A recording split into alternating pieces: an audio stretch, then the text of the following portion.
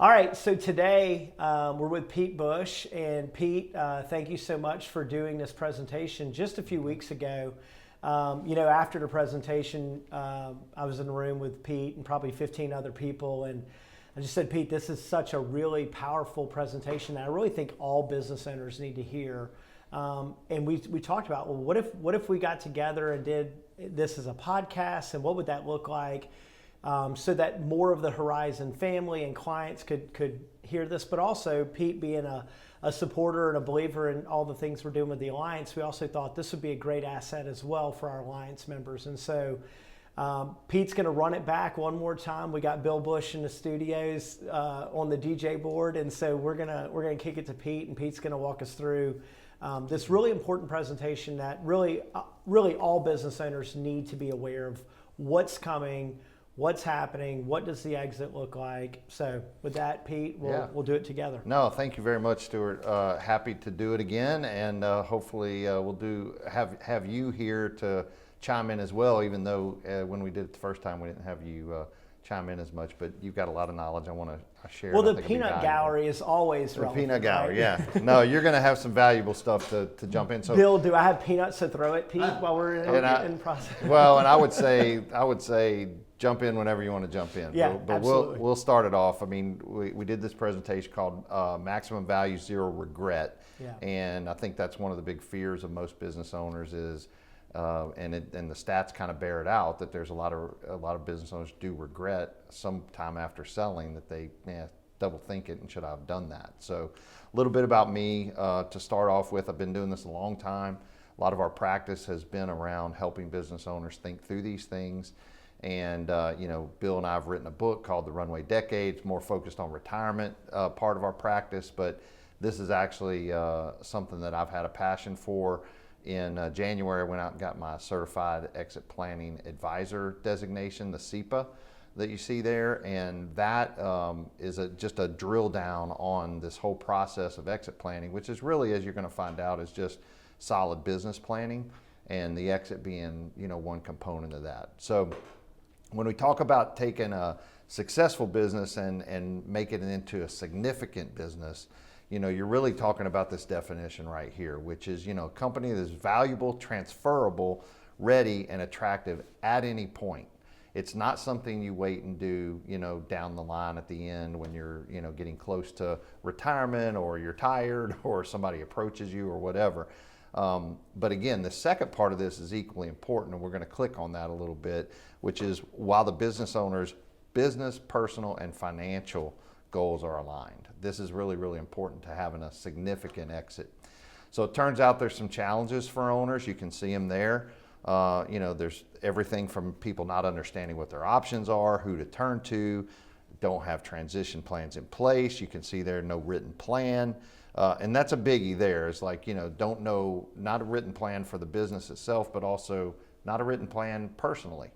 And, sometimes that'll trip things up more than anything at the 11th hour is an owner will get cold feet and go, I don't know what I'm going to do tomorrow after I sell this and walk away.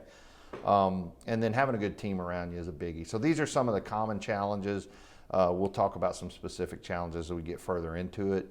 But let's just talk about why it's important, right? Because there's a very concentration of wealth in small businesses, and I will say small, medium, large, whatever. But most businesses in America are smaller, right? Mm-hmm. Or would be defined as that. But yet, as small as they are, they represent a huge portion of that business owner's wealth. Some say north of 80%. The stats also bear out that at least half of these exits are going to be involuntary, meaning something bad happened or something didn't go as planned.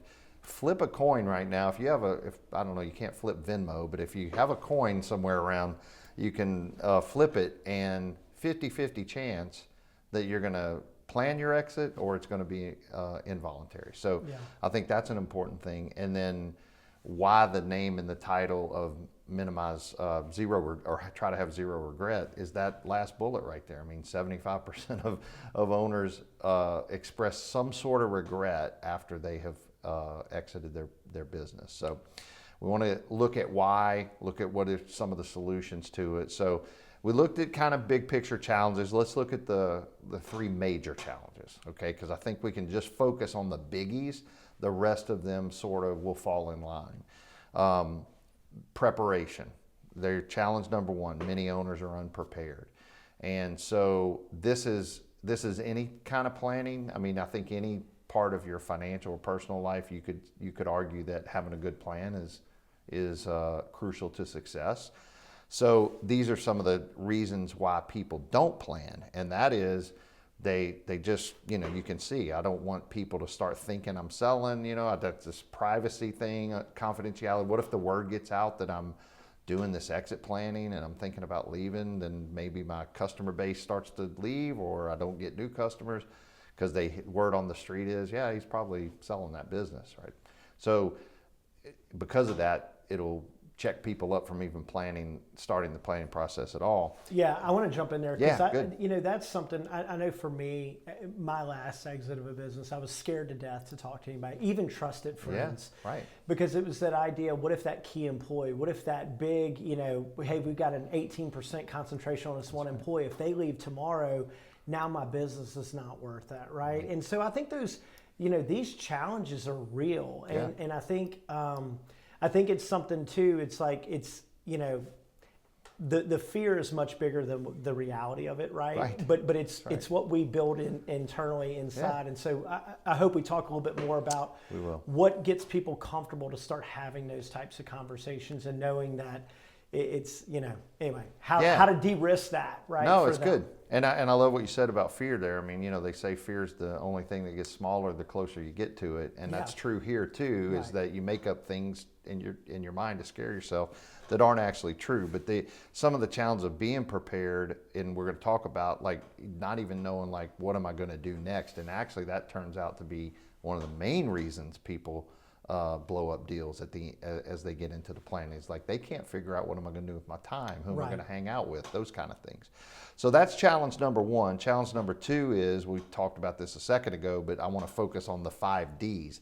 When I say 50% of exits are involuntary, it's these 5 Ds: death, disability, divorce, distress, and disagreement. Disagreement would just be, raise your hand if you've ever had a situation or heard of a situation where 2 business partners didn't agree with each other and they split the business up, or they closed the business, or one went one way. The phone call I was in downstairs when you walked in was disagreement, and she's like, "How do I exit?" So, right. Yeah. So knowing that the 5 Ds are there, right? That there's none of us are promised the sun's coming up tomorrow, or that we're going to be there to see it if it does. But the bottom line is there's these things that are always lurking out there, known risks that we can make plans around and make sure that the business can continue on.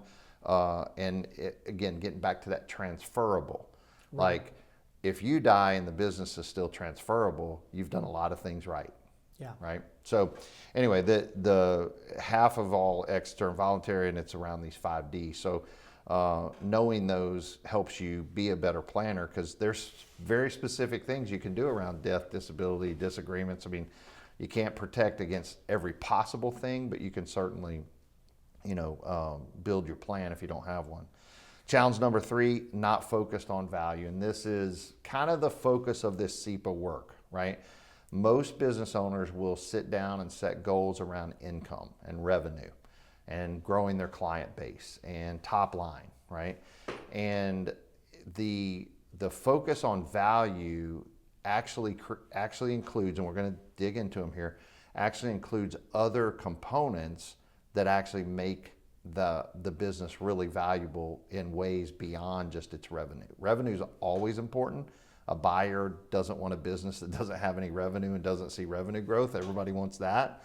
But there's other factors there that create that revenue growth or support it that are independent of just focusing on growing top line revenue.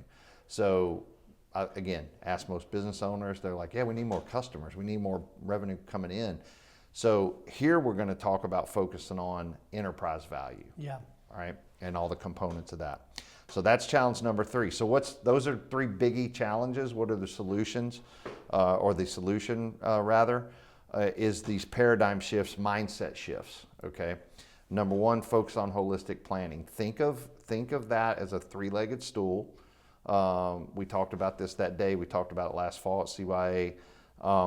That you have, not just business attractiveness, but readiness, right? And readiness is different than being attractive. So business readiness, personal readiness, and again, this gets to the what's next thing, and then financial readiness. And financial readiness is, okay, whatever this business is kicking me off, I'll be able to still, I know what my financial situation is going to be like on the other side of the bridge after the sale. So you're sitting on this three-legged stool. They're all three critically important. Can't really do good in two areas and bad in one, and it still work out in an ideal fashion. So paradigm shift number one is you got to think holistically. Number two is you got to think transferability, and I capitalized the A there, transferability, right? You have to have the ability for this thing to continue on without you in it. There are a lot of people, a lot of entrepreneurs that feel like every day they wake up that they're running a business, and what they really have is a job. Yeah. And the reason is if you take them out of it, that business just disappears. The clients, it's true, very true in the financial services. Financial advisors build up books of clients, and I've watched it happen just over the 34 years. Something happens, something bad happens, they're disabled, they die. Those clients, within a couple of weeks, they have stuff they need. They go off and they find another solution. So this is about optimizing value as the primary goal. And you can get both value and income, but only if you focus on growing the value first. And again, we'll follow up to this in a second. But the idea here is that this next slide, this paradigm shift number 3, is that exit strategy is just good business strategy. Yeah. So you got to get out of your mind that, I'm going to build this business up, and somewhere around what I think might be the last 5 years of my career, or now my kids are coming in the business, or I got approached or whatever later in life. Exit planning is now. It's in the present, and it's built around solid business planning. And so this value acceleration methodology, which is all part of the Exit Planning Institute, it's all part of this CEPA designation that I've gone through, is a system for how to do that. So, and a lot of people will really enjoy the structure of that, because in a sense, if you're just thinking of, man, I know how to run my business, and I know the processes and systems inside of that business and how it provides service and receives income and makes a profit and all those things, they know that system, they'll be really pleased to know there is a defined system for optimizing how you are always ready and staying always ready holistically to exit the business. So we'll look at that here just now. It's the value acceleration methodology they call them 3 gates. So you got the discover gate, prepare gate, decide gate. You can see those 3 different, sections there on this sheet. And I think wherever we post this, we can make this like as a downloadable sheet where you could see it. But we'll also talk in a minute about the different professionals, the different types of professionals that come into play in some of these different gates, because as a business owner, you end up surrounded by different disciplines, whether it's law, tax, insurance, finance, and on, and some little specialty type people as well. EOS type people, value builder, accelerator, value growth managers, things of that nature. But in the Discover Gate, and I'm not going to go deep into this, but you can see it on the screen there, is Discover is all about kind of the your personal goals, your information that you have, like what are we sitting in here today, right? And where do we want to ultimately head? Prepare is making sure everything's documented, because if I'm a buyer and I come in and you tell me, oh yeah, we have a system, we have these agreements with our suppliers, we have a great system internally for da-da-da. Okay, well, let me see, let me see where it's documented. And you go, well, it's kind of in here. It's kind of like we just do it. That creates risk for the buyer, right? So the Prepare Gate's all about like making sure you're packaged up on an ongoing basis where Remember the very first slide where you're always ready. It's ready at any point. Yep. And that's why it makes it really good business planning. And then of course decide, the reason that we say like always be ready, you know, that Nick Saban quote, you know, stay ready so you don't have to get ready. That's really the decide gate, because you can see there, you get to the end and it's like, you know, grow or exit. I just make a decision right there. If my decision is grow, I circle back into the prepare gate and I go through my 90-day cycles again, and then I get again down there to the end of the year and I go grow or sell, you know, lather, rinse, repeat. We'll do it again. At some point, the answer is going to be sell, right, or exit. So you can see there, you know, that this has a very defined path, defined system. There's a lot of details in each one of those gates. This is just big picture. Yeah. I think something to that point too that we're always challenging everybody to think about is that your end line is someone's start line, right?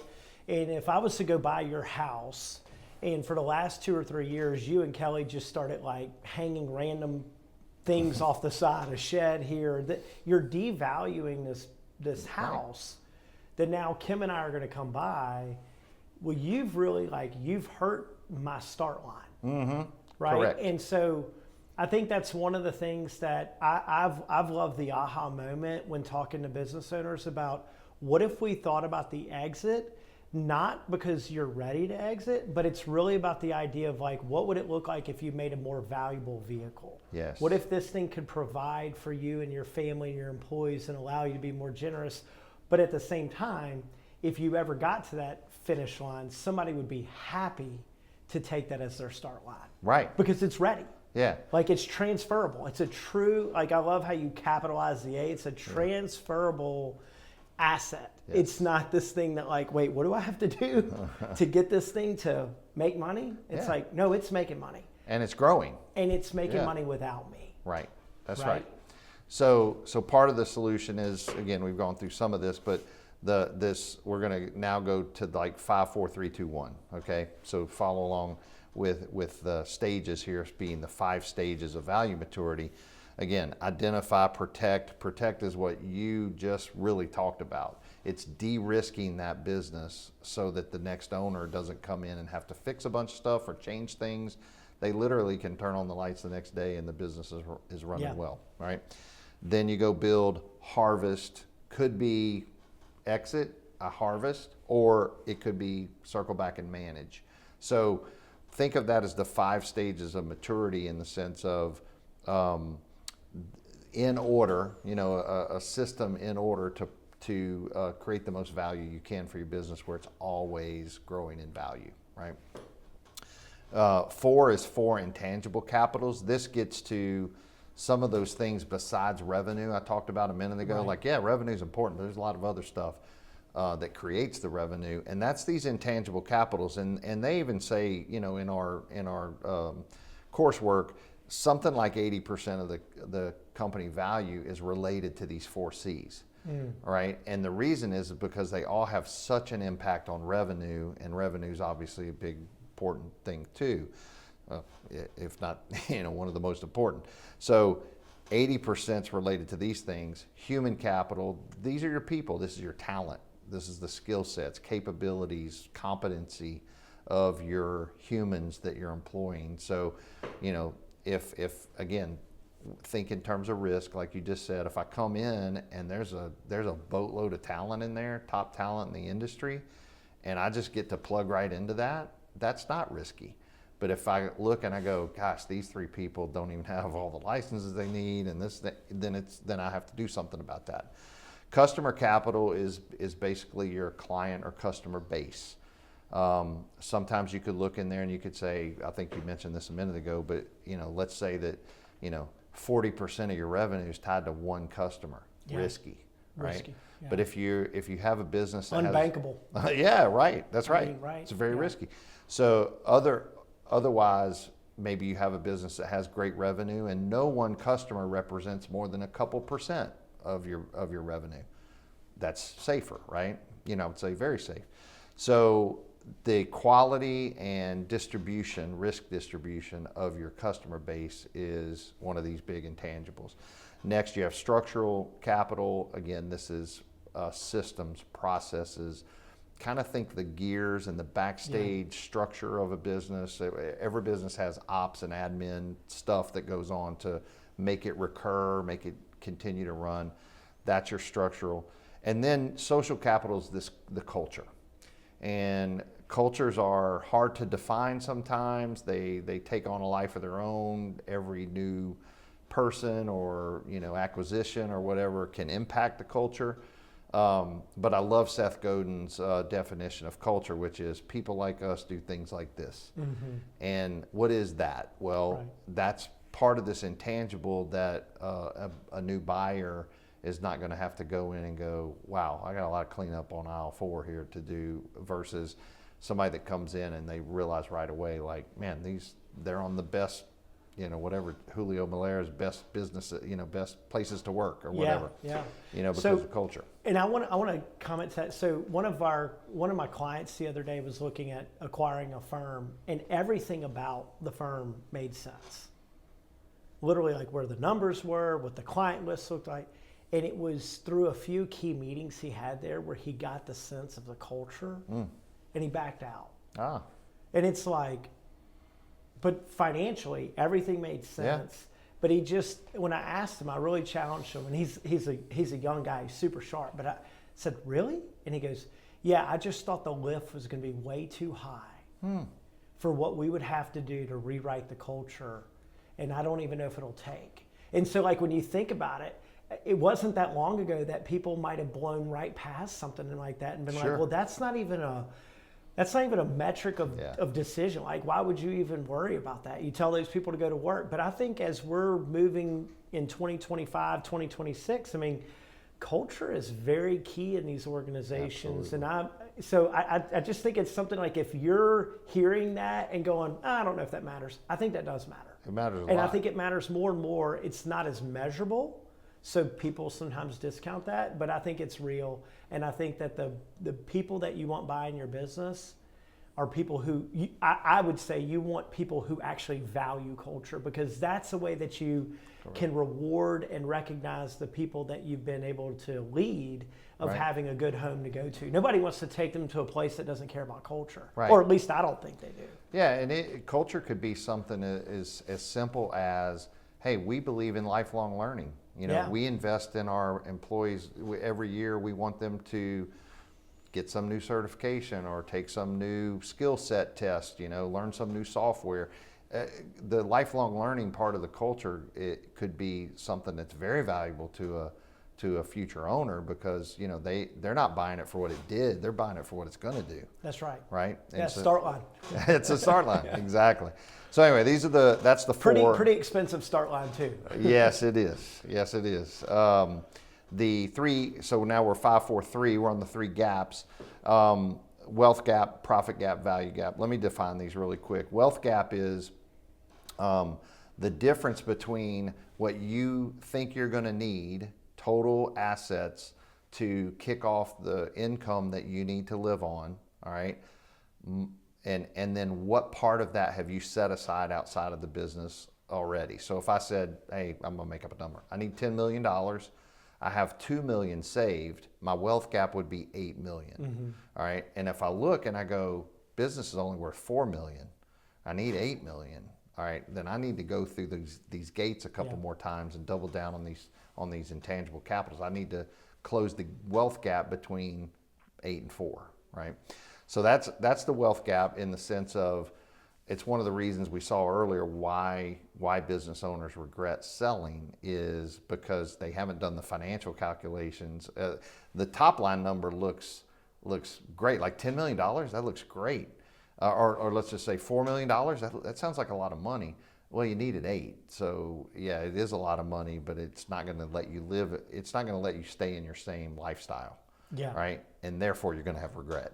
Right. So you got to close the wealth gap. The profit gap is, everybody has a EBITDA, and then let's call it adjusted EBITDA, because a lot of small business owners have things that are in the business they're running through and all that aren't going to be there for the future owner. And so when you take adjusted EBITDA and you look at that as your real profit, actual profit, How does that stack up to the best in class in your particular industry, right? So if you said, man, we're clipping along at a 17% adjusted EBITDA, I mean, that's pretty good. It is pretty good, but the best in class in your particular industry are running at 24%. So there's a 7% profit gap. Now, what can you do to close that gap? Well, let's go back into systems, processes, client mix, and look at some of these intangibles. Maybe you need some additional talent. Maybe you do need business development. Maybe there's something missing there where you could close this profit gap. So that comes into play in the value gap. The value gap is that when you take all industries kind of have their own multiple, right? So some of them are 6 times your adjusted profits. Some of them are 12 times, 15 times. You get into some tech firms, you get even higher than that, right? But let's just say that where you sort of line up, your profits sort of line you up in a multiple of 6 times, but the best in the business multiple, the best in your industry multiple is 10 times, all right? So now you have this profit gap you need to close, and you have this multiple sort of value gap you need to close. When you multiply the difference in the profit, right, that difference between 17 and 24 that I just talked about, times the difference in the multiple between 6 and 10, which I just used that as the example, you get a huge number. Yeah, absolutely. And that's the value gap, right? And so I say on here, all of these gaps start with the awareness gap. You just have to wake up and one day and go, man, I got these gaps. What am I going to do about them? Or at least awareness is what are my current multiples? What is my current EBITDA adjusted? What are the current multiples in my industry? And you've dealt with a lot of this. Absolutely. And I want to just shine a light on the fact that, like, you'll hear people say, well, in my industry, they're trading 3 to 7x. And it's like, and I've seen this more times than not, where people believe that the 7x has to do with revenue versus the 3x. And it's like, actually, it doesn't. No. You could take a $3 million entity that will trade at a 7x, or a $5 million a year top line revenue that'll trade at a 7x, and a $10 million a year will trade at 3x. Yeah. And it has everything to do with transfer. It has everything to do with like systems and all the things that you're talking about, these gaps that I think where I think the alarm is for them is they find this out when they're ready to exit. Right. And it's just like, yeah. Well, if I would have known. If I'd have known. And that's why we're here. No, it is. I mean, that's also like one of the things why, like, I love the work that you guys are doing, and I love that because I think you've broken this down really in a simple way. And I think the thing is that I want to see more business owners in Baton Rouge, the people that I get to live with and do work with, to know this, not because I want to be an exit hawk. Right. But because I want them to just know the thing that I wish I would have known before I exited. Right. But I didn't. Yep. So I paid the price on the back end, and now I'm like, all right, well, nobody do that. Yeah, right. Nobody be an idiot like I was. Well, know? It isn't that. I mean, I think that. But it's awareness and not knowing, and I didn't know what I didn't know. It's exactly right. It's awareness, and you got your head down trying to run these businesses. Yes. And you think, in your case, you're still young, right? But you were even younger when you were. Well, unless I go here. Yeah, that's right. That's Wait, right. I'm 30 the 30-year-old, here, 50 yeah, you could double face. Mine's just all old, so it doesn't matter. But the bottom line is you do have this awareness of, hey, I might be young. Well, that exit's way down the line, but as you found out, it's not. You can be young and exit a business, right? It's not. That's right. I mean, you never know when it's coming. Yeah. At all. Yeah. And here's the thing. It is coming. It is coming. Yeah. You have an exit plan, even if you don't have an exit plan. plan. It's not if, it's when. It's when. Right. So the 3 gaps are important, the awareness of what they are. It's just good business strategy to know what these are, and good personal strategies you build these businesses. All right, so 5, 4, 3, 2 is the 2 concurrent paths. We talked about this a little bit earlier, business and personal. And so, working on the business, you talk about this a lot in your workshops, working on the business instead of in it. But also that applies to your personal life, planning your personal life and working on that and what your longer term goals are. This is a lot of the work of Horizon and other financial advisors around the country that are trying to help you look out and plan, things personally, because for a business owner, they're all tied together. So those paths have to run concurrently while you're doing your planning. It's different than if you're a W-2 employee somewhere and you're going to do retirement planning. That's more of our runway decade, right. Traditional, right? I'm 5 years from there, by the way. Yeah, so you got time. I haven't read the book yet. I'm well into it and almost sliding off of the runway decade. But you could see here, personal planning is the key to minimizing regret. We talked about that earlier. And again, it's just, I think there's this illusion that, well, I'll be able to play golf, I'll go hunting, hang out with my grandkids and all that. And for the average entrepreneur that is a builder, a doer, a people connector, and all the things that go along with the rugged individual guy or gal that built that business, that shift down into these other activities, it makes them happy for a while, and then they get bored, right? And you see what happens to entrepreneurs when they get bored is usually not good stuff, right? So you want to avoid that by doing this more personal planning, so that, again, that's the key to our title, which is zero regret, right. is doing this planning. So 5, 4, 3, 2, 1, the one goal, we talked about it earlier, drive value. There's the 80% of the intangibles are driving value. Then you got the 20% is your revenue and the quality of your client revenue and all that. And that is really the way that you take this thing from successful, a conventionally successful business, and you turn it into a significant business. Yeah. Because you take the value up. And by the way, I'll just throw in a tax reason. Revenue is always taxable. You can have deductions and you can write-offs and things like that. You're going to net that down to something, but you're going to always pay tax on revenue. Value, on the other hand, gross tax deferred. Yes, you pay it. You pay, may pay capital gains or some different tax structures. There's all kind of complications there, but you'll pay it down the line. But while you're building it, while you're increasing your net and you're increasing the multiple, that growth in value is deferred. Yeah. Warren Buffett talks about this a lot. It's actually sort of magical. But down the line, when you go to exit, yes, you pay some version of tax, whether it's the smaller capital gains or some income or whatever. But yeah, that's the key to having a fulfilling and purposeful exit is to make sure that all of your business constituents, which is your customers, your employees, team. On the personal side, it's your family, your legacy, all those things. All of those boxes are checked. So getting into, I talked about this a minute ago, but there's many professionals that show up to surround the business owner. We're sort of in a unique seat in that we're usually there before, during, and after a business owner's journey there. Mm-hmm. A lot of times we're meeting them way before because we do other things for them while they're doing their wealth planning. Andy and Bill do retirement plans for the companies and things like that. So we're integrated into that business owner's life. Some of these are very transactional, in the sense that you just need them one time or you need them maybe annually or whatever. And you can see, some of the different ones there, but depending on your business and the structure of it, you're gonna, and then how you're exiting. Something that may not be on here is like an ESOP specialist, which is a unique way to exit a business, but also very much a specialist that you need to help you walk through that. And we've certainly worked with several clients on that over the years. So you can see here the services of the different professionals that come into play. There really is no one professional. And I think this is the difference in exit planning today versus maybe 10, 15 years ago in my career.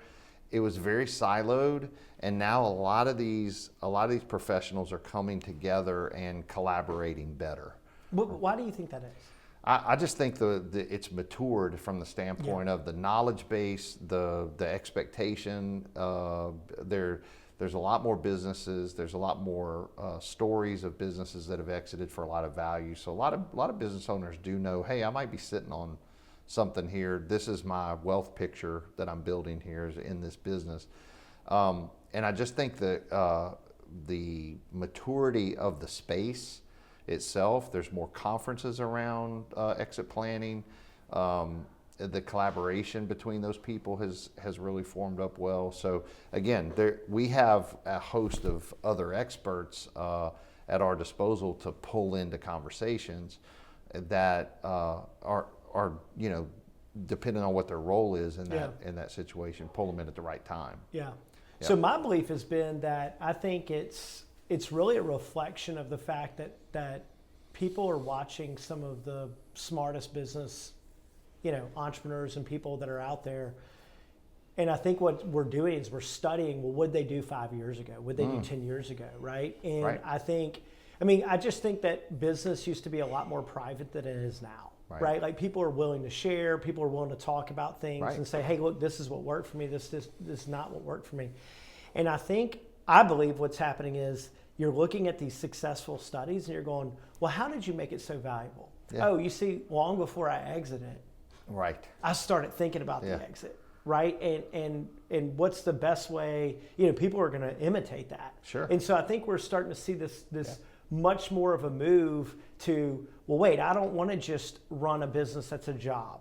I want to run a business that has value, and I want to see what that looks like, right? So I think we're going to see even a further shift of how business, I'm already starting to see it with small business owners who typically weren't thinking about this till years down the road, and now they're saying, well, what if I thought about this as a vehicle and not my baby? And I'm like, okay, there you go. There we go. You talk about shifted mindset earlier. It's exactly like right. The more I think people see how successful businesses started from the ground up, and that they really thought about the exit well in advance of that, kind of like starting with end in mind. I just think that we're going to have more and more people leaning into services like this and saying, okay, then what do I need to do? Yeah. Because they don't want to be the one who did it for 10 or 15 years and then they're left there holding a job. Right. Yeah, and some of the business books that have been out. John Warlow is a great author around this. And others that have written about it. It's given business owners access to information and connection networks and things like that. So all of that I 100% believe. But I think that's also good, right? And what I want for our community is I want more people thinking like that and asking those questions, because I think that an intentional kind of position there creates a better environment for employees. It creates a better environment for our community, right? Like these are healthy companies, are healthy members of the community. A company that's not healthy is working through scarcity. Those are probably the places that I would say are probably going to have the least opportunity to have a good culture, which, good culture goes home. Right. When mom and dad leave work in a bad culture environment, the kids get a byproduct of that culture. That's right. A good culture, those moms and dads go home, and I pray that those kids get, hey, my boss is good to me. I work in a healthy, healthy environment. You know what I'm saying? I just think it's a ripple effect. Yeah. And so how do we get more business owners thinking like this? How do we get more business owners being, hey, okay, what do I need to do to make this a healthy vehicle? Yeah, and those are the exact types of businesses you want in the Alliance, and you want volunteering for First Tuesday. Absolutely. A scarcity person can't think outside of their own needs, and they're just can't lift their heads up to see how can I make an impact on others. Throw a drowning man a brick. Yeah, right. That's a new one. Throw a man a brick that stayed on shore. He's like, what do you want me to do? Hold it for a little while? Okay, got it. You know what I'm saying? It's just that's good. That's just a different. It's a different place, and I hope for more people standing on shore. Yeah, 100%. Yeah. I'll go through this real quick because I know we need to wrap up. But the financial matrix is something that we have this on our Horizon FG website as well. But this one is particular to the business owners, and you can see that when you think of your financial world, for instance, if somebody said, hey, go see Pete Bush, he's a financial advisor, your brain goes right to column 2, investment plan. Oh, he must be an investment guy. And that is true. That is a big part of what we do here. But when you pull the lens back and you see the entirety of the body of work of wealth management has a lot of aspects to it, and you can even get over to the right-hand side there and see assistance to others. And these are helping kids and paying for college or donor advised funds and being charitable and things like that. all of those things come into play in a successful person's, wealth management picture. Yeah. So this looks at it holistically, and there's I can't even put on one page everything that people need help with. And I know there's a lot here, but I really love how you have this broken down. And you said we're going to make this a downloadable. Yeah, this. I think that's just really good to like study and be like, Yeah, I used to joke like if you could have a USB cord and you could plug it into this chart and just light up the boxes of the areas where you really need help. Yeah. That would make it really easy, but you have to get there through dialogue and data gathering and conversations and things like that. But you can peel it back and go, hey, look, that box over there, like you got a hole in your plan there, right? So that's a good way to look holistically at everything. When we did this in person, we had the takeaways. We had copies of the book, which we still have copies of. If somebody wants a book, they could email us. We'll put the link below to email us or just reach out to Stuart or I. We're very easy to find. We're not hiding anywhere. Reach out to one of us. In plain sight.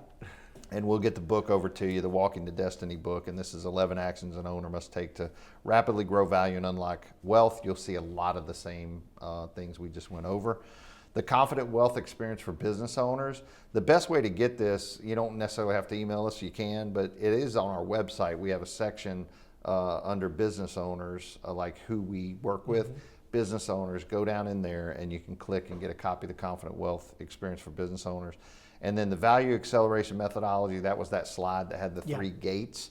That's something we'll have to post up to link or just send in an email. So anyway, that's it. We had a little Q&A, but we don't have an audience, a live audience here to do Q&A. I think we've already captured our Q&A. Yeah, we had some Q&A. So anyway, that's the end of the show. Look, man, I've really appreciated you coming in and having this dialogue with me because, nobody needs to hear me talk straight through for 30 minutes, but I appreciate you breaking it up and having some good insights. Yeah, I love it. And I would just say, like, if anybody's watching this and you have any questions, Pete, they got the whole team here.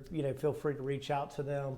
Love what they're doing. Pete and his team are really big about giving back to the community in a lot of ways. And this, to me, has been one of those ways. Like, you guys are sharing freely what you know and hoping that, people take a note of this and, hey, what is it that I need to do to take my next step? So yeah, look, this is we eat our own cooking here, right? I mean, this is what we do to think about our own business and try to have our own business always ready. We've been approached by outsiders that want to invest in us partial or buy us outright or whatever, and it forced us into having to think through all this stuff, right? So we're no different than the people that are watching this in the sense like, hey, we have a business and we're thinking through, all these things for ourselves, which puts us in a unique position to help people because we're living it.